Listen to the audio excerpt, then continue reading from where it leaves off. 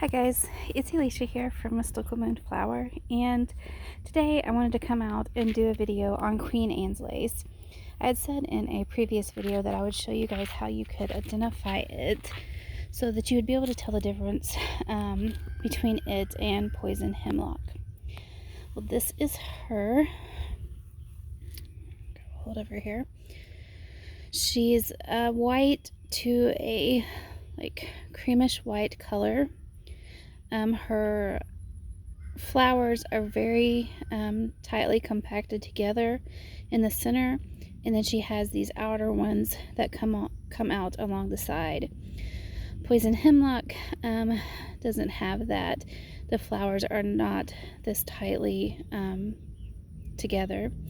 Also, if you guys can notice, I'm having trouble seeing because the sun, but there is a beautiful purplish fuchsia colored petal in the center of this flower. That is also a good indicator that you are looking at Queen Anne's lace. Poison hemlock will not have that. The folklore on that little beauty is that Queen Anne was doing her needlework, and in the midst of doing it, she pricked her finger and a drop of blood fell onto the lace. And that is how that lovely, beautiful fuchsia colored petal got into the center of this flower. So that is another way to identify her. Also, if you look at her shape, I don't know if it's pronounced umbral shape, but she is kind of like an upside down umbrella.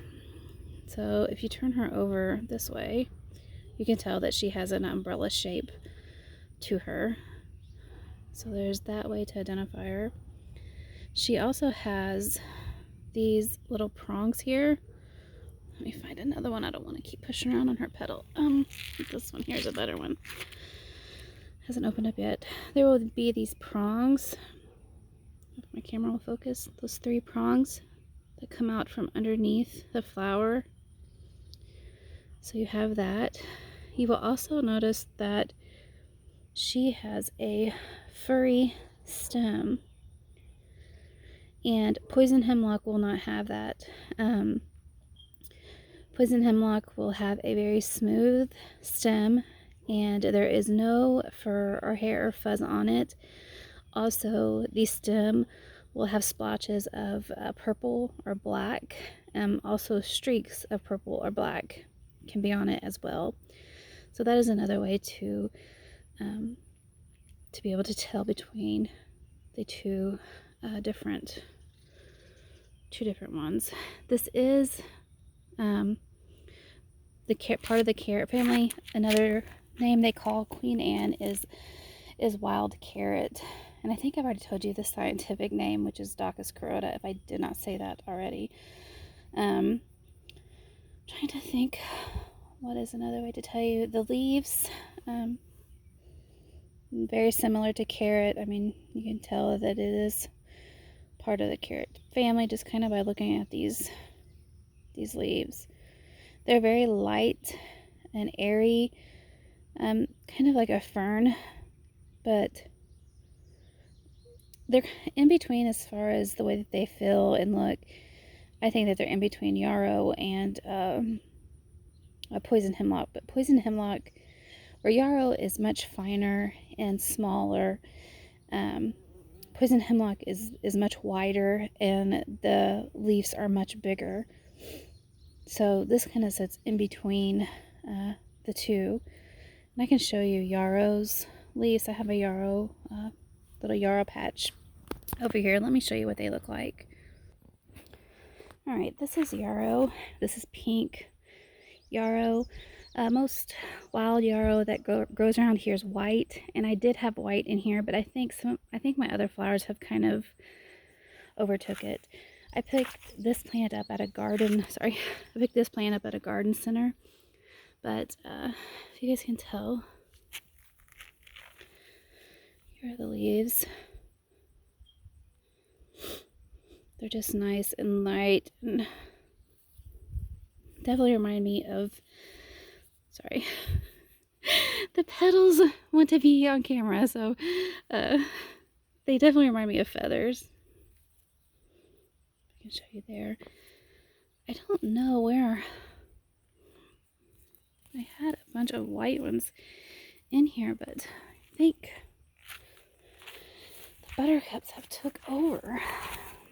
Here's some more yarrow. That might be my white one. I don't know. There's the leaves to that.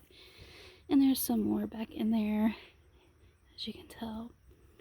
So let's go back over to Queen Anne because that's who this video is about. Alright, so back over here with her.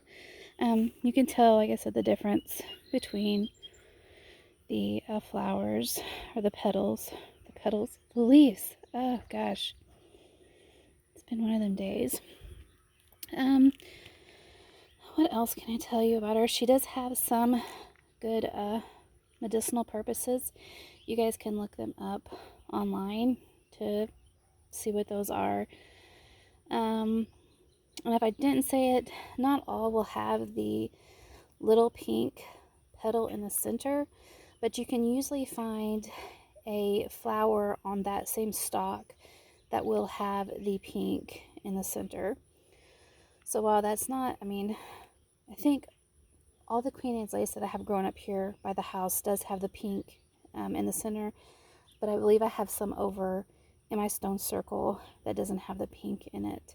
But there is at least one flower on that plant that does have the pink in the center. Let's see what else.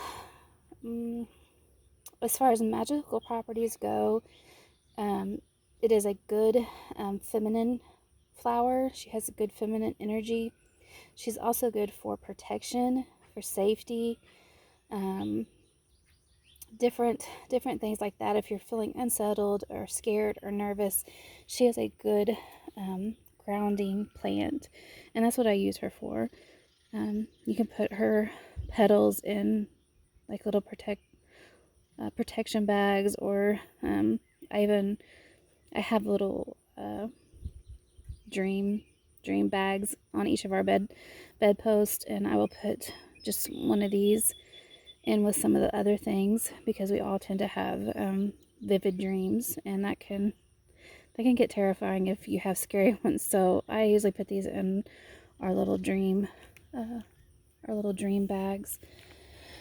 And any other type of spell work that I want to have protection in, or safety, sanctuary, that type of stuff, I put her in it.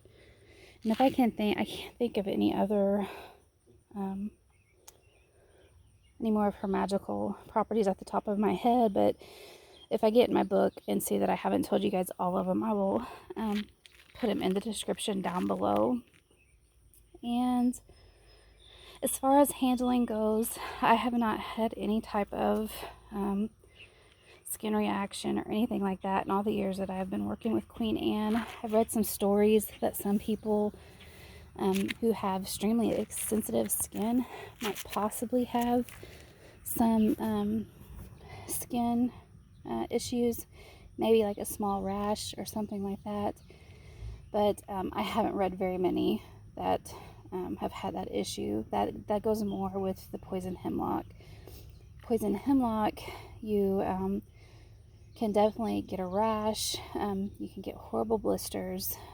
They can also cause respiratory issues, and it can as well cause death. So you really need to, if you're going to go out to harvest this plant or want to work with this plant, make sure that you have all the information you need, and make sure that it is Queen Anne that you're working with, because you don't want to accidentally pick poison hemlock.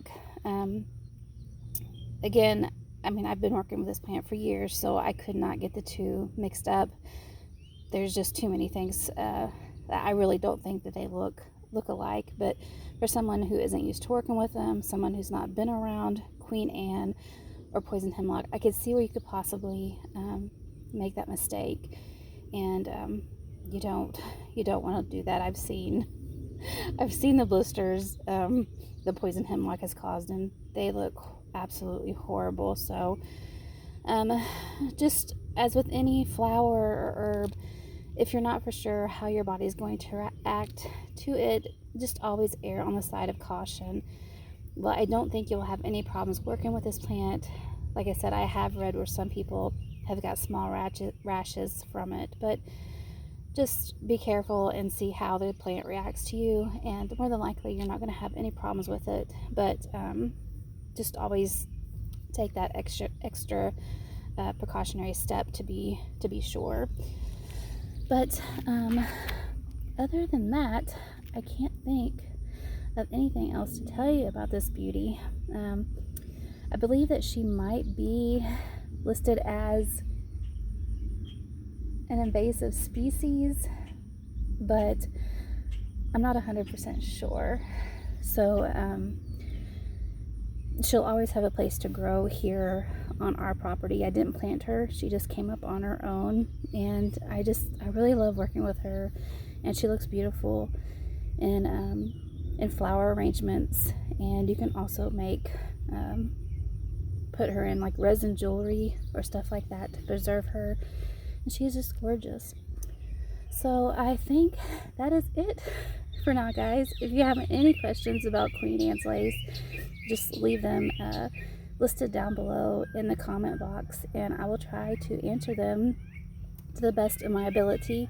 And let me know if you like this type of video. I have tons of herbs and other flowers growing here on the property that I can do more of these types of videos. So just let me know. But until next time, I hope you guys are staying safe, and thanks so much for watching, guys, and live well. Bye, guys.